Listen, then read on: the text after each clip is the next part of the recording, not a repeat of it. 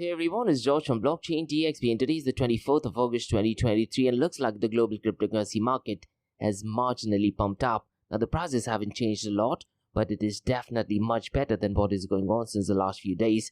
And to be honest guys, if this trend continues, I wouldn't be surprised over the weekend.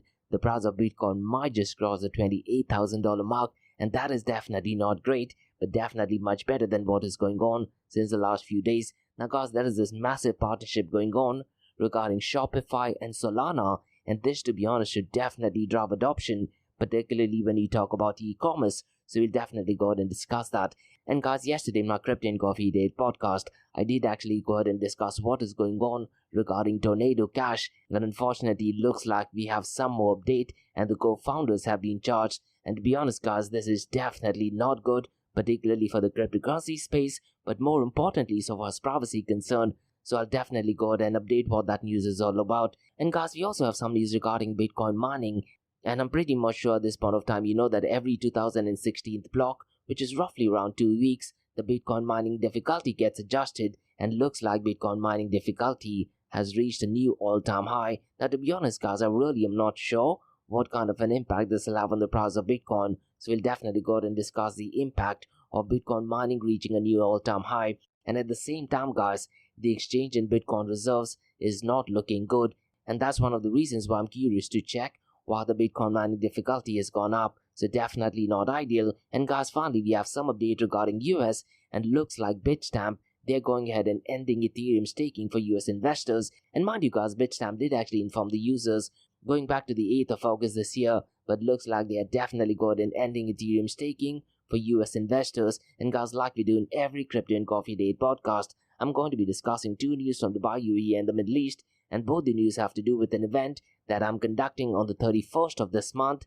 that is the 31st of August. And the first event guys is more to do with Metaverse, and what I tend to do is I tend to do the sessions every month. So the session on the 31st of August, I'm going to be discussing the hype, the reality and new world order. And in today's episode, I'll very briefly run through what is it that you can expect at that session. And on the 31st guys, I also have another session called a Pestle Hour Analysis. And if you have done your Masters or MBA, you should know by now that Pestle Hour Analysis stands for political, economical, social, technological, legal, environmental and religious analysis on Bitcoin and vice versa, and is a great idea to do Pestle Hour Analysis, let's say on Metaverse, on stable coins, maybe even on artificial intelligence. It does provide a good structure on where the industry is going. So in today's episode, I'll go ahead and explain what is it that you can expect from this session and how you can register for it as well. So quite a lot of cover guys in today's episode, so let's kick start with it right away. Welcome to the Crypto and Coffee Date, the daily podcast that keeps you up to date on all latest developments in the world of cryptocurrencies, blockchain and NFTs. Join us Monday to Friday as we kick off your day with a cup of coffee and a deep dive into the exciting and rapidly evolving world of digital assets. We'll cover the latest news and trends in the cryptocurrency and blockchain space, as well as delve into the growing world of NFTs or non-fungible tokens and Metaverse. Plus, we'll keep you updated on the latest developments from Dubai, UAE and the wider Middle East region. Whether you're a seasoned crypto enthusiast or just getting started, Crypto and Coffee a Day has something for you. Our expert host will provide insight and analysis on the most important topics in the industry and help you stay up to date on the latest developments. We'll bring you interviews with leading figures in the crypto and blockchain space and explore the ways in which these technologies are changing the world around us, from the impact on traditional financial systems to the potential for revolutionizing industries and transforming societies. We'll cover it all on Crypto and Coffee a Day. So tune in and join us for a daily dose of Crypto and Coffee a Day, and let's stay ahead of the curve together. We'll start your day off right with the most important news and insights from the world of cryptocurrency, blockchain and the Metaverse, and help you navigate this exciting and rapidly evolving landscape. In Crypto and Coffee a Day, the daily podcast covers the latest developments in the world of cryptocurrency, blockchain and the Metaverse. We'll also bring you updates on the latest news from Dubai, UAE and wider Middle East region. This also includes a range of topics such as developments in the local and blockchain industry, including new projects and initiatives, regulatory updates and policies related to cryptocurrency and blockchain in the region, local and regional events and conferences focused on crypto and blockchain, interviews with leading figures in Dubai, UAE and Middle East crypto and blockchain community, coverage of any significant news or events related to cryptocurrency and blockchain in the region. By covering these local and regional developments, in addition to the wider world of cryptocurrency and blockchain, Crypto and Coffee at 8 aims to provide a comprehensive overview of the industry and its impact on the Dubai, UAE and Middle East region. Now before we kickstart today's episode, I have an important message, so check this out. Thank you to our sponsors for being part of the blockchain DXB journey. Firstly, Advanced Media. Advanced Media, guys, is the largest distributor of professional video, photo, broadcast and cinematic equipment and accessories in the Middle East and MENA region. With over 2 decades of experience, Advanced Media is now the largest distributor in the Middle East, representing more than 100 recognizable brands, including brands such as Zeiss, DJI, Hasselblad, Red and Rode. As a matter of fact, guys, the very mic that I'm recording is being sponsored by Advanced Media as well, and Advanced Media has showrooms in Saudi Arabia and services as well. Looks like they're definitely taking the Middle East by storm. And here's the beautiful thing, guys, they're taking corporate social responsibility very seriously, and they're focusing on 3 P's, that is people, planet and prosperity. Now listen, guys, if you do want to find out more information regarding the statement of corporate social responsibility, check out the website, that is www.amt.tv. And here's the beautiful thing, guys, they also want to be a leader and set an example and reputation as a pioneer and member of the community. And in doing so, guys, they also have an AMT scholarship with SAE Institute in Dubai, UAE, so definitely check it out. And also, guys, Advanced Media is committed to persistently developing, organizing and hosting training workshops, seminars and community events that educate, inform and familiarize consumers with new equipment and the latest technological advances. So listen, guys, do one thing. If you do want to support this channel, go to the website, that is www.amt.tv, and follow the social media channels as well. All of the details are in the show notes below. Next, Shalu Group, a luxury retail and distributor which is headquartered in Dubai, are getting into the NFT game. And here's the deal, guys. They are not just getting into the NFT and metaverse space, they are going to be shaping the NFT, metaverse and Web 3.0 space, which I believe is excellent not just for Dubai and UAE, but also for the global cryptocurrency community as well. And guys, Shalu Group's Web 3.0 sneaker brand called Soulmates revealed their first NFT collection on the 12th of April. Now what is really interesting is that it's called as Soulmates, so it's spelled as S for sugar, O for orange, L for Larry. Now instead of E, they've replaced it with Web3, and it is the number 3, mates.xyz. And guys, listen, Shalu Group has over half a century's worth of experience in luxury goods, and them getting into the NFT space is a massive deal. Now if you're a sneakerhead, you definitely need to check out soulmates.xyz. And once again, guys, the number is 3 instead of an E. It has all the information, and in the show notes below, you'll get all the information. And listen, guys, if you want to be an early adopter, you can also pre-mint it at www.premint.xyz/soulmates. So definitely check it out. And they have a Discord community as well. And guys, Nick, who is the head of corporate innovation at Shalu Group and also the co-founder of Soulmates, has a WhatsApp group where he constantly provides updates in the area of NFTs, Metaverse and Web 3.0. So guys, check out soulmates.xyz and be part of the Soulmates OG NFT that is definitely going to shape the industry. Next, Startup OI is global one-tech platform for tech. It offers global high-paying tech jobs with flexibility in working time and location, global free tech events, and tech networks to connect with global like-minded engineers. A brilliant platform to listen to the tech experts in Metaverse and to grab their insights. Now listen, all you have to do is download the app Startup OI. If you're using an Android version, go to Google Store and App Store for iOS devices. Alternatively, you can also click on the show notes below to download Startup OI. Next, guys, listen, if you're into fitness, if you're into adventure, if you want to do something wild but still want to keep your health in check, there is a new podcast in town, a podcast focusing on obstacle course race in the Middle East. The podcast is called the Race Pace Podcast. So check out the Race Pace Podcast across all leading platforms. And the Race Pace Podcast is a peer-to-peer community-driven podcast where they talk all about obstacle course race in the Middle East, from Sandstorm to Spartan Race, from Tough Mudder to Desert Warrior Challenge, and also the Government Gov Games, and quite a lot more. The podcast has interviews with athletes locally and internationally to get inside scoop on how athletes prepare for obstacle course race. In the podcast, they also talk about interesting stories on why they are motivated to do obstacle course race. And that's not all. They also plan to release 7 NFTs. And these NFTs are no ordinary. These NFTs will represent every emirate in the UAE. And listen guys, these NFTs are going to be absolutely massive. So do one thing, go to Spotify, go to iTunes, go to any leading podcasting platform and search for Rise in the Obstacle Course Race podcast. And finally guys, not your keys, not your crypto. If you have dabbled with cryptocurrencies and now are seriously getting to protect your cryptocurrencies, there is no better way to protect it by using a hardware wallet. And this is where Ledger Wallet kicks in. And Ledger Wallets are hardware cryptocurrency wallets made by Ledger, a company headquartered in Paris, France. And Ledger's hardware wallets are multi-currency wallets that are used to store private keys for cryptocurrencies offline. And Ledger offers 2 hardware wallets, the Ledger Nano and Ledger Nano X wallets. They are world-class experts with extensive crypto security backgrounds. They continuously look for vulnerabilities in Ledger products in a constant effort to improve the level of security. Now, in today's world, securing these digital assets is a critical challenge, and this is where Ledger kicks in. So click the link below to buy your hardware wallet and support this podcast. It is a brilliant way to support this podcast. So what are you waiting for? The link is in the show notes below.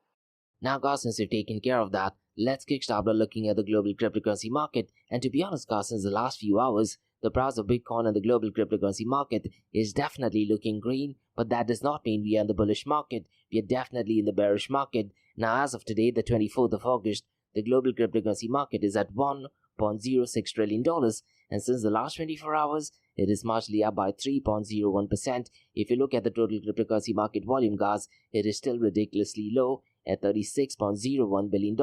Now that being said, since the last 24 hours, it is definitely pumped up by 15.43%. And guys, listen, if you were to check the 24-hour trading volume of Bitcoin, that is definitely picked up pace, and at the same time, the volume of stablecoins hasn't been impacted a lot, which just means one thing, guys, that people are using their fiat currency and they're going ahead and buying Bitcoin, but the numbers does not make sense, because if you look at the exchange volume, that is on a downtrend. So we'll definitely go ahead and discuss what the anomaly is. Now if you look at the volume of stablecoins, guys, at this point of time it is absolutely ridiculous, and it is down to $2.13 billion. And I was reading through a report earlier, guys, and the total value locked in DeFi protocol has slumped to the lowest level going back to February of 2021. And as of today, DeFi is accounting for only 5.91% of the total crypto market 24-hour volume. And ever since taking reward kicked in, guys, Lido has been dominating. And so far as the total value locked is concerned, $13.98 billion is locked in this protocol. But if you look at the overall total value locked, it is well below the $40 billion mark. And DeFi protocol's total value locked is only at $37.92 billion. Definitely not ideal. Now surprisingly, guys, if you look at the decentralized exchange to centralized exchange dominance, that has picked up pace, and it is currently at 16.3%. Now could it be possible that people are using decentralized exchange to go ahead and buy Bitcoin? That is definitely a very strong possibility. And if you're someone who's into analytics and if you like looking at numbers, what I'd really recommend you to do is look at the 24-hour volume of Bitcoin, then look at the 24-hour volume of stablecoins, and then if you actually compare it with the decentralized exchange volume, surprisingly, decentralized exchange to centralized exchange dominance has definitely gone up. As a matter of fact, if you look at DeFi protocols, the numbers are ridiculously strong. So this is what I think, guys, and let me know if I'm wrong.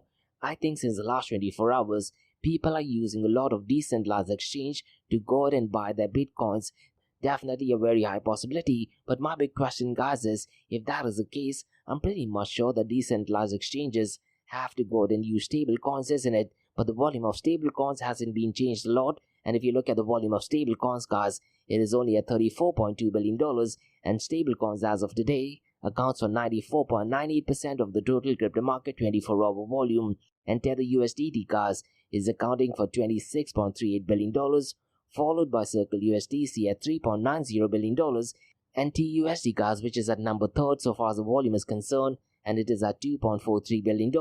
Now, before I run through the market cap of stable coins, let me just very briefly run through the DeFi volume, guys, because the numbers have definitely picked up pace. And later on what I'll do is I'll make a quick comparison between the market cap of stablecoins and the 24-hour volume once again. Now if you look at the DeFi volume, guys, Uniswap is clearly an outlier and it has crossed the $1 billion mark, and as of today, the 24th of August, it is at $1.07 billion.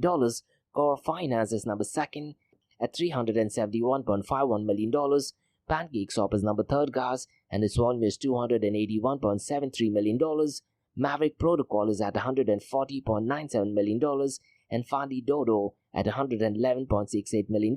And in my episode yesterday, guys, we talked about Balancer V2 pools that did find an exploit, and looks like the funds are absolutely safe. And to be honest, guys, I'm not seeing that news in mainstream media right now, so it looks like the protocol is definitely safe. Now let's quickly run through the market cap, 24-hour trading volume and dominance between Bitcoin and Ethereum. And yesterday, guys, I actually talked about that there is a very high possibility that the market cap of Bitcoin will go well below the $500 billion mark.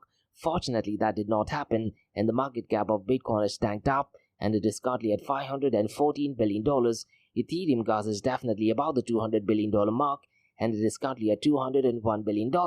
And yesterday, guys, the market cap of Ethereum was well below the $200 billion mark. So some definite positive news, I guess. If you look at the 24-hour trading volume, guys, the market cap of Bitcoin is definitely shot up, and it is at $17.4 billion. And Ethereum's market cap has marginally picked up pace as well, and it is at $7.49 billion. The dominance, guys, of Bitcoin surprisingly has gone down, and it is surprisingly at 48.30%, whereas Ethereum is at 18.90%. And look, guys, one of the reasons why Bitcoin's dominance did actually go down is because of Ripple's news. And when Ripple was actually termed as a security, a lot of people did actually go out and try to buy a lot of XRP. And because of that, Ripple's dominance definitely picked up pace.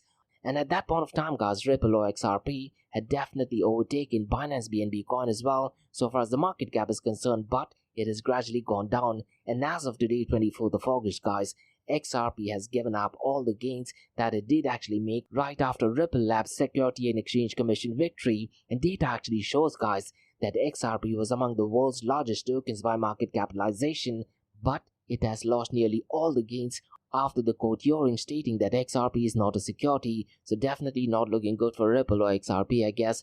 Now, guys, let's quickly compare the market cap of stablecoins with its 24-hour trading volume, and there is some anomaly or some kind of weird matrix going on. Now, if you look at the number one stablecoin so far as market cap is concerned, it is Tether USDT, and so far as the 24-hour trading volume is concerned, it is also Tether USDT, and Tether USDT's market cap is $82.84 billion, and its 24-hour trading volume is $26.38 billion. Circle USDC is number second, both in market cap and 24-hour trading volume. Its market cap is $25.91 billion, and its 24-hour trading volume is $3.90 billion. Now, the number third protocol, guys, is a bit different, because if you look at it via coin market cap, and if you look at it purely from a market cap point of view, DAI protocol's market cap is significantly higher than TUSD and even BUSD, but if you look at its 24-hour trading volume, it is ridiculously low. So DAI's market cap is $3.96 billion, but if you look at its 24-hour trading volume, guys, it is only at $114,000, so definitely not right. The number third protocol, so far as the 24-hour trading volume is concerned, is TUSD, and look at the 24-hour volume, guys, it is at $2.43 billion. But if you were to look at TUSD or True USD from a market cap point of view, it is below Binance BUSD, and it is at $2.75 billion. So looks like, guys, people are using TUSD or True USD over Binance BUSD. Definitely something strange. And Binance BUSD, guys, its market cap is $3.20 billion, and if you look at its 24-hour trading volume, it is below TUSD at $1.34 billion. So definitely a bit anomaly, isn't it? So the next three matrix that I'm going to be looking at is the market cap of only cryptocurrencies. So when you're looking at cryptocurrencies, what I'm looking at is pure cryptocurrencies, not stable coins and not smart contracting platform. And it's clearly no surprise that Bitcoin's market cap is number one with $514 billion. And surprisingly, guys, XRP is number second, and its market cap is $27.91 billion. Now, mind you, guys, I'm not taking into consideration the smart contracting platforms or stable coins. I'm looking at pure cryptocurrencies. And the third one, guys, to be honest, was an absolute surprise, is Dogecoin. and its market cap is $8.96 billion. So at a global snapshot, guys, if you were to ask what are the top 3 cryptocurrencies, the answer should be Bitcoin, followed by XRP, followed by Dogecoin. That is really shocking, isn't it? To be honest, guys, I never looked at this matrix. It is so simple, yet so important as well, right? Now, guys, in today's episode, let me go ahead and briefly run through a protocol or project called as SUI, which is spelled as S-U-I, that is S for sugar, U for umbrella, and I for India. And essentially, guys, SUI is a blockchain network created by Miston Labs, and they were founded by former executives of Meta's Novi research team. And guys, it aims to overcome challenges faced by early blockchains through unique features. So essentially, guys, they're focusing on 4 things, that is horizontal scaling, composability, sparse layer, and on-chain storage. So let me go ahead and briefly run through what it is, because so far as horizontal scaling is concerned, SUI processes groups of transactions in parallel network, avoiding bottlenecks which is seen in older blockchain. And so far as composability is concerned, guys, SUI allows assets like NFTs to be directly used in functions, and it supports various data structures, making interactions more flexible. And guys, so far as sparse replay is concerned, SUI's design lets product follow specific data without digging through all transactions, and because of that, it is definitely improving efficiency as well. And so far as on-chain storage is concerned, assets are stored directly on SUI blockchain, reducing the need for complex indexing, and working with technologies like IPFS for scalable storage. And the native token called SUI token is used for gas fees and a storage fund as well. And they are compensating validators for maintaining past data, and the network, guys, uses consensus algorithm like Bullshock and Narwhal to ensure security and improve speed. And guys, SUI protocol was launched on the 3rd of May 2023. And SUI tokens at this point of time, I'm pretty much sure, are available on all major cryptocurrency exchange. So in summary, guys, SUI is a blockchain network developed by experts in the field, and it offers distinctive features like horizontal scaling, composability, sparse layers, and on-chain storage to improve upon limitations seen in earlier blockchain technologies. And its native token called as SUI is used for transaction fees and a storage fund, and the network, guys, is secure through consensus algorithm. So it's going to be really interesting to see, guys, what the future of SUI protocol is. Now, guys, let's discuss the king of all kings, that is Bitcoin. And to be honest, guys, since the last 24 hours, it has marginally picked up pace, and as of now, it is at $26,426. And since the last 24 hours, it is marginally up by 2.46%, but since the last 7 days, it is down by 8.47%. Ethereum, guys, is at $1,676. And looks like, guys, the news regarding Vitalik Buterin transferring $1 million worth of Ethereum to Coinbase has definitely not impacted the price of Ethereum. So it's going to be really interesting to see, guys, what happens to the price of Ethereum over the weekend, and also for the price of Bitcoin over the weekend. Since the last 24 hours, Ethereum is up by 3.42%, but since the last 7 days, it is down by 7.35%. Binance BNB Coin, guys, is at $216, and since the last 24 hours, it is marginally up by 3.48%, and since the last 7 days, it is down by 6.65%. Now listen, guys, if you're looking information via coin market cap, Solana or Sol is definitely up by 7.10% since the last 24 hours, and the reason is pretty simple. They have some partnership with Shopify. So the reason for the increase in Sol or Solana, guys, is that Solana Pay is integrating a plugin with Shopify, and they're doing that so that users can actually go ahead and pay USDC. So definitely a very smart move, guys. Now what you need to understand, guys, that Shopify accounts for 10% of total US e-commerce and $444 billion worth of global economy activity. And according to the website, guys, the Solana ecosystem has over 11.5 million active accounts, and to be honest, guys, this is an absolutely massive number, isn't it? Imagine taking over just 1% or 2% or even 5% of the volume. Partnerships such as this will definitely drive mainstream adoption as well. And you need to understand, guys, that Solana Pay has also been adopted by big crypto companies like Circle and Phantom as well, and even payment processors like Checkout.com are actively using Solana. And few days ago, guys, I actually mentioned how Checkout.com is actually cutting its ties with Binance. So it looks like our Solana Pay is definitely making some moves.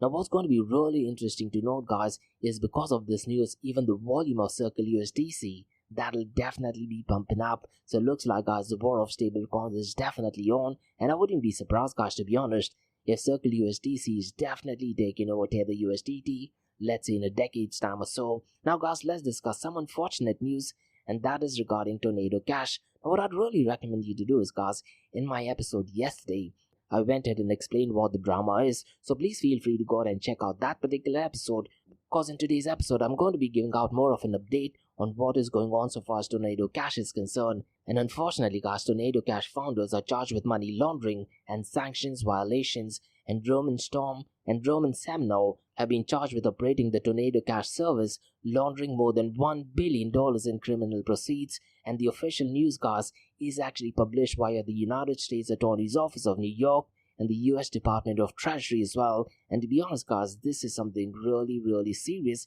And in the episode yesterday, I actually discussed, because of DAO being registered as an entity, what does it mean for similar privacy preserving protocols. So definitely feel free to check it out, because that'll give you a better understanding of what the next move is.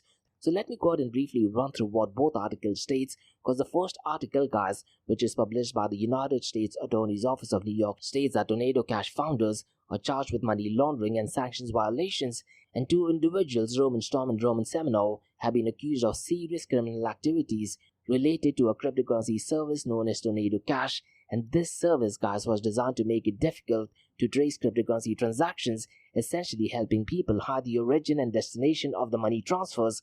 Now to be honest guys, using mixers is great and it does protect your privacy as well. However, it turns out that this service was used extensively for illegal purposes, including over $1 billion worth in illegal funds. And the charges, to be honest guys, against Storm and Sam now are really severe, and there are three areas that they're focusing on. That is money laundering, sanctions violations, and operating an unlicensed money transmitting business. So let me very briefly run through what these three areas are, because to be honest guys, when you talk about privacy and mixers, this will be taken into consideration for similar protocols as well. And so far as money laundering is concerned, this actually refers to the process of making illegally obtained money appear legitimate by moving it through a complex series of transactions. And so far as sanctions violations is concerned guys, sanctions are restrictions or penalties imposed by government on certain individuals, organizations, or countries to prevent unlawful activities. And Storm and Semina were accused of violating these sanctions by helping a North Korean cybercrime group launder money. So definitely scary stuff, isn't it? And finally guys, so far as operating an unlicensed money transmitting business is concerned, what the official article states is that they were running a financial service without the necessary legal work, and the cryptocurrency services they created, that is Tornado Cash, claim to offer privacy and anonymity to its users. However guys, it is alleged that the founders were all aware that these services was being exploited by hackers and criminals to conceal the profit from the unlawful activities. And despite knowing this guys, they continued to operate the service and even ignored complaints from various victims of cybercrimes. And I really am not sure guys at this point of time, or there's some kind of messages that were exchanged between them, or generally people complained to them, and ignoring them definitely looks like they were part of the bigger problem. And guys, the authorities have taken action by arresting Roman Storm, one of the founders in Washington state, and the case is being taken to court, and the other founder, Roman Seminole, is currently evading arrest. And the second article guys, which is written by the US Department of Treasury, states that Tornado Cash founders sanctioned for assisting North Korean hacking group Roman Seminole, one of the co-founders of Tornado Cash, has been officially being sanctioned by the US Department of Treasury. And to be honest guys, this is a significant step taken by the government to hold him accountable for his involvement in aiding the Lazarus Group, which is a cybercriminal organization associated with North Korea. And the Lazarus Group guys has a history of engaging in cybercrimes to generate funds for North Korea's prohibited activities, such as its nuclear missile program. And guys, what the article states is that Seminole and his colleagues helped the group by operating Tornado Cash, a service that enabled laundering of stolen virtual assets, and the Lazarus Group guys used the service to make the illegally obtained cryptocurrencies fund untraceable. Definitely unfortunate news, or definitely unfortunate news the way it is presented, isn't it? And what the second article states guys is echoing what the first article states, because it states that even after becoming aware that the service was being exploited for illicit activities, Seminole and his co-founders continue to support and develop Tornado Cash without taking effective steps to prevent its misuse. And this sanctioning action by the US Department of Treasury guys is part of a broader effort to curb cyber-enabled financial threats, especially those coming from North Korea, and it sends a message that those involved in aiding such activities will face consequences, and it also aims to disrupt the flow of funds that supports unlawful program. Additionally guys, the US Department of Justice has also charged Seminole, another co-founder, Tornado Cash, with several other crimes as well. As I mentioned earlier, those include money laundering, sanctions violations, and operating an unlicensed money transmitting business. And this coordinated effort between different government agencies underscores the seriousness of the situation and the commitment to addressing cyber-enabled illicit finance. Now guys, if you read through the article, this does look extremely scary, isn't it? And it's going to be really interesting to get a response from someone who's working in the privacy sector. That way we can understand both sides of the story. Now guys, let's discuss some news regarding Bitcoin mining difficulty. And according to a data from CoinWars, the Bitcoin mining difficulty is at 55.62 terahash after the recent dump in Bitcoin price. And Being Crypto, guys, one of the leading online publications, did actually state that despite the 12% correction in Bitcoin prices, the mining difficulty has reached a new all-time high, and the balance in miner wallets continue to increase. Now this is a little bit contrast to what is going on in cryptocurrency exchange, and what they've mentioned, guys, in the article is that the increase in hash rate reflects higher investor confidence in Bitcoin. To be honest, guys, I really am not sure if that is really true, because it could be possible that people are just investing without even thinking about the Bitcoin price, and that's one of the reasons why, as many people go ahead and try to compete in order to go ahead and get the hash, the Bitcoin mining difficulty gets adjusted. And guys, listen, I've said this so many times in my episode, having Bitcoin mining difficulty reaching a new all-time high does not make any sense at all. It just means that, let's say if you're trying to protect your room, rather than having one lock, now you have 12 or 14 locks. It just does not make any sense. It is great to have security, but having too much of security does not make absolutely any sense as well. And guys, listen, keeping in mind the Bitcoin mining difficulty, there is another news which is circulating right now that actually states that Bitcoin exchange reserves have registered a large increase. So what that actually means is that people are going ahead and transferring their funds from their hardware wallet onto a cryptocurrency exchange. And unfortunately, guys, this only means one thing, that people do actually want to go ahead and sell their Bitcoin. And CryptoQuant did actually publish a screenshot, and he did actually mention Coinbase and Binance, where the exchange reserves have definitely seen a massive increase in incoming Bitcoin transfers. So it looks like, guys, there might be a possible dump in the next few days. And to be honest, guys, that news will definitely impact the price of Bitcoin and cryptocurrencies. Now, guys, let me touch base on the news that did actually start earlier this year as well, and that is to do with Bitstamp, and that is more to do with staking. And Bitstamp, guys, did actually mention via Twitter that they're ending Ethereum staking for US investors. And the decision, guys, is due to regulatory dynamics in the United States. And the reason why they have mentioned, guys, is down to regulations involving the service currently in the States. And Bitstamp's US CEO, guys, and Global Chief Commerce Officer at Bitstamp, called as Bobby Zagota, did actually mention some really interesting thing in an article via Decrypt. And guys, what he actually said is, considering current regulatory dynamics in the US, Bitstamp made the decision to discontinue staking for customers residing in the United States. And guys, it's important to note that on the 8th of August, they actually mentioned via Twitter that US customers would no longer be able to trade Axie Infinity, Chiliz, Decentralized or Mana, Polygon, Near Protocol, the Sandbox, Solana, and quite a lot of other. And guys, it's really important to understand we are talking about staking rewards, and looks like, guys, Bitstamp was actually taking 15% commission. And what I'd really recommend you to do is, guys, Gary Gensler did actually put out a video trying to explain what the difference between staking is. Now the video is a bit cringe, because what he's trying to do is he's trying to be funny, and he's actually trying to state that staking is different to, let's say, the steak that we eat. But definitely go ahead and check it out. Now, to be honest, guys, despite what is going on, I hate to say it, but I 100% agree to what Gary Gensler is saying, because what a lot of the cryptocurrency exchanges are doing is they are taking people's funds, they are investing in, let's say, another protocol, they are taking a lot of the profits, and majority of the profit is actually kept by the cryptocurrency exchanges. And what Gary Gensler is saying is that they are not explaining the fine conditions of staking rewards, and they're not following the regulations so far staking rewards is concerned. So what I'd really recommend you to do is go ahead and watch Gary Gensler's explanation. And as I said earlier, the explanation is definitely cringe, but it is definitely spot on as well. Now, guys, let's discuss two news from Dubai, UAE, and the Middle East. And both the news, guys, has to do with an event that I'm conducting on the 31st of August. And the first session, guys, is called as Metaverse, the Hype Reality and New World Order. And the session takes place on the 31st of August from 11 a.m. to 12:30 p.m. Gulf Standard Time. And look, guys, if you want to register for the session is completely free of cost, and the registration link is in the show notes below.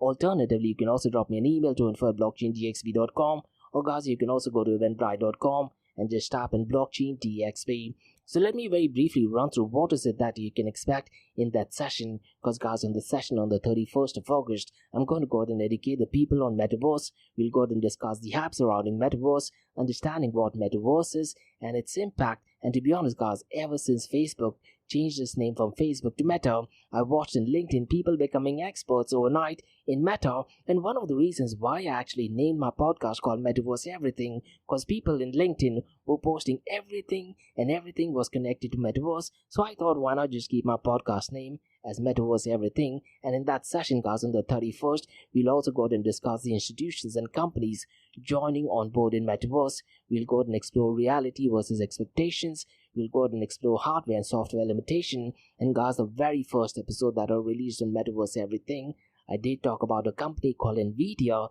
and they were massive at this point of time, but now they're on the verge of becoming a $1 trillion company. So we'll definitely go ahead and discuss the growth of Nvidia as well.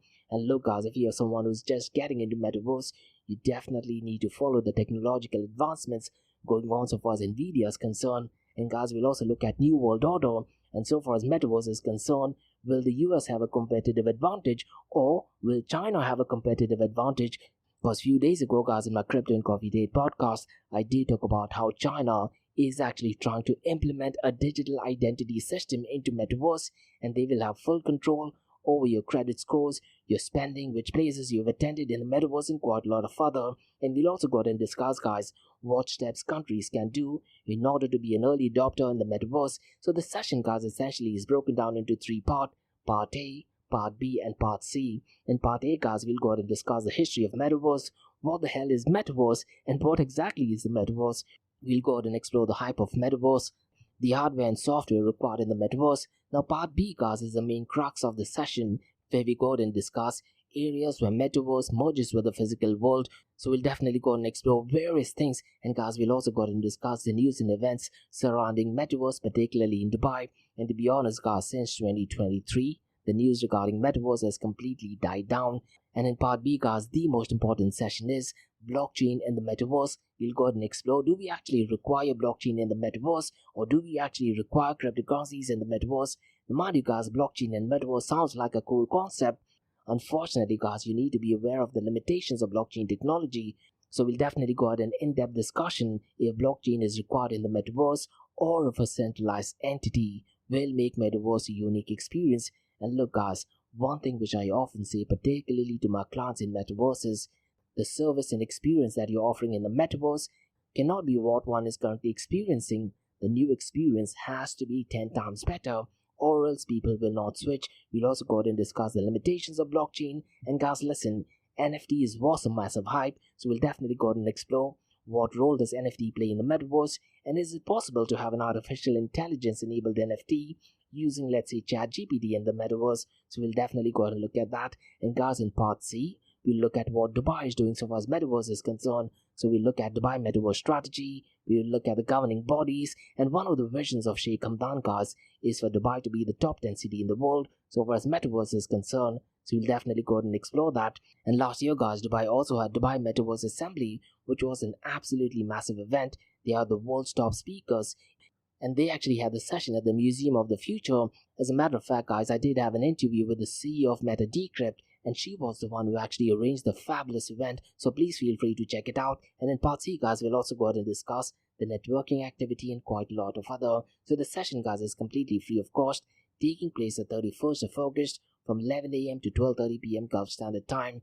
And the second event guys also takes place on the 31st of August, and to be honest guys, this is one of my favorite sessions to talk about. It is called a special hour analysis on Bitcoin. So essentially guys, if you've done your MBA or Masters, you should know by now that special hour analysis is a tool used to gain a macro picture of an industry, and the acronym PESTLR stands for political, economical, social, technological, legal, environmental, and religious factors. So what I'll be doing guys in that session is I'll be looking at ways how PESTLR analysis impacts Bitcoin and vice versa. So we'll break down elements of Bitcoin at a macro level. So far as politics is concerned guys, we will look at if Bitcoin is a political. And yesterday guys, there was this massive debate among the Republicans, and as I mentioned guys, Republicans are definitely in favor of Bitcoin, open source cryptocurrencies. and left-wing ideologies or Democrats are definitely not in favor of Bitcoin cryptocurrencies. So we'll go ahead and discuss if Bitcoin is apolitical. And mind you guys, Bitcoin was started as a movement towards separation of money and the state. So we'll go ahead and discuss if politics and politicians do have a very strong say in the trajectory and direction of Bitcoin. And in the next podcast, that is economical factors, we'll go ahead and explore if Bitcoin is the biggest global wealth redistribution and can Bitcoin actually change the dynamics of money. We'll go ahead and look at inflation, we will look at the exchange rate and quite a lot of other. And in the next podcast, that is social, we will look at the social impact of Bitcoin and blockchain for generations to come. We would look at Bitcoin's usage in first world countries. We would look at Bitcoin's usage in underdeveloped countries as well. And look, guys, there is this idea that millennials are the ones who is using Bitcoin a lot. But to be honest, guys, that need not necessarily be true. So we'll go ahead and check if millennials are the ones who are using Bitcoin, or is it boomers who are the ones using Bitcoin. And guys, so far as technological factors are concerned, we'll go ahead and talk about the user experience of Bitcoin. We'll go ahead and look at the different forks of Bitcoin. And guys, one of the biggest updates that did actually take place in Bitcoin is Taproot and Snore Signature. And because of that, we have seen so much news regarding NFTs on Bitcoin blockchain or ordinal inscriptions. So we'll definitely very briefly touch base on the technological aspect of Bitcoin. And we'll also look at the economies of scale for setting up mining operations. Now mind you guys, this is extremely simple and you don't need absolutely any technical expertise. And so far as the legal aspects are concerned, guys, we will answer this basic question: is Bitcoin legal? And where does governance, regulations and legislations fit in, and what is it that governments can do in order to support innovation and support Bitcoin adoption? And finally, guys, regarding environmental factors, we'll go ahead and explore the whole ESG notion. And look, guys, so far as ESG notion is concerned, Larry Fink, the CEO of BlackRock, they are the ones who are pushing forward for ESG. So we'll go ahead and look at the facts versus rumors. We'll also go ahead and look at Bitcoin mining energy consumption.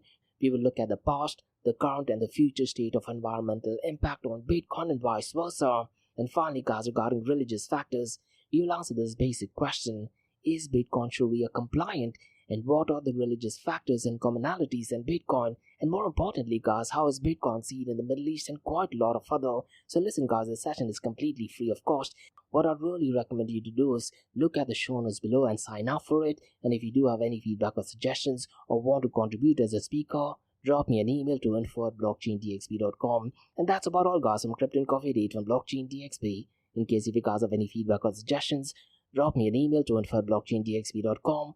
Check out my website www.blockchaindxp.com, and also check out my other website area2071.com, where we talk everything about metaverse. And guys, if you like listening to this podcast, please click on the follow button, give it a 5-star rating and share the word across. Now for the next few minutes, it's going to be an Ask Me Anything series where you listeners can ask any questions regarding Bitcoin, blockchain, beyond blockchain, cryptocurrencies, NFTs, DeFi and metaverse. So let's kick start with the Ask Me Anything series.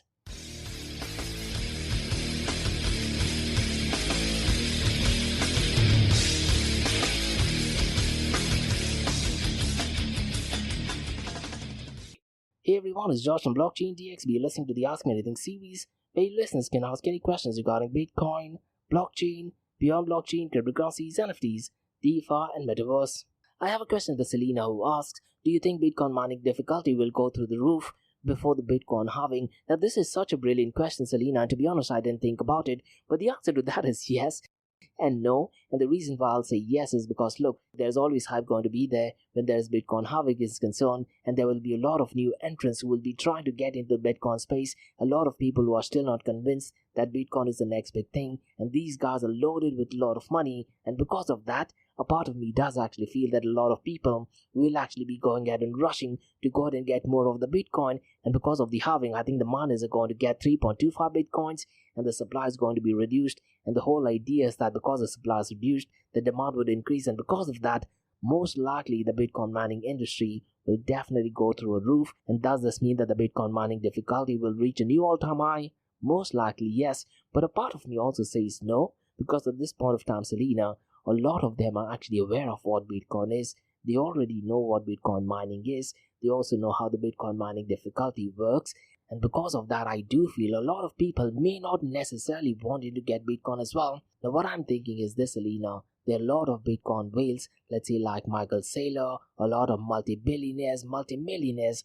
What they will be doing is they will be forcing and trying to do as much as possible to go ahead and create the demand for Bitcoin. And what I think is, once Bitcoin reaches a new all-time high, let's say $70,000, $100,000, these Bitcoin whales might just decide to dump all the Bitcoins and they will just exit out of the system. And to be honest, that might be an absolutely brilliant move as well, isn't it? Imagine Michael Saylor, he bought Bitcoins roughly around $20,000, selling all those Bitcoins at let's say $100,000. He has made 5 times the profit, and I wouldn't be surprised if Michael Saylor will directly or indirectly do it. And Elon Musk did something similar where they actually went ahead and dumped all of their Bitcoins, and because of that the price of Bitcoin has gone down. So to answer your question, the answer is yes, at the same time no as well. Now one reason why I'm edging towards 60% no is because what I'm looking at is a lot of investments are actually flowing into artificial intelligence, and there is so much hype surrounding artificial intelligence right now. To be honest, I've been in the Bitcoin space since 2013, and to be honest, the hype regarding artificial intelligence definitely has surpassed the hype, let's say, on NFTs, Metaverse, and DeFi as well. After artificial intelligence, to be honest, the second hype I can think of was actually DeFi. Every person I used to go at meetup events in Dubai used to be experts on DeFi. Unfortunately, it looks like no one is talking about DeFi. But to answer your question, the answer is yes. But 60% I'm edging towards that the Bitcoin mining industry will definitely not be in a red ocean. But once again, the industry is so complicated and you can never see anything. And Selena is so critical to understand that there are things which are external factors like geopolitical situation, the US political chaos, the US election, and that could be driving factors as well. And to be honest, these unrelated factors can definitely play a massive role in the Bitcoin mining industry as well. And those are my thoughts on it. And Selena, in September, Bitmain, they are going ahead and announcing some new Bitcoin mining rigs as well. And because of that, I'm pretty much sure even the Bitcoin mining equipment will definitely be really expensive. And few days ago, I did actually talk about Blockstream. They were raising a lot of funds to get into the Bitcoin mining game as well. So it looks like the mining industry is definitely going to be a massive news heading towards Bitcoin halving. So definitely an interesting question. That's about all, guys, from the Ask Me Anything series on Blockchain DXB. In case if you guys have any feedback or suggestions, drop me an email to info@blockchaindxb.com. Check out my website www.blockchaindxb.com, and also check out my other website area2071.com that talks everything about Metaverse. And guys, if you like listening to this podcast, please click on the follow button, give it a 5-star rating, and share the word across. And remember, guys, Monday to Thursdays, 8 a.m. to 8:30 a.m. we have Crypto and Coffee at 8, where we cover top news and information pertaining to Bitcoin, blockchain, beyond blockchain, cryptocurrencies, NFTs, DeFi, and Metaverse. And how the series of episodes in the Crypto and Coffee at 8 works is, we usually cover some top news and information pertaining to the price of cryptocurrencies, some major breaking news, occasionally short and sweet news as well, news that has an impact in the cryptocurrency world. The other two news and information is related to Dubai, UAE, and Middle East, and the world of Bitcoin, blockchain, beyond blockchain, cryptocurrencies, NFTs, DeFi, and Metaverse. And what you're listening to right now is the Ask Me Anything series, where you listeners can ask any questions regarding Bitcoin, blockchain, beyond blockchain, cryptocurrencies, NFTs, DeFi, and Metaverse. So thanks so much for listening, guys, and have a nice one. Bye-bye.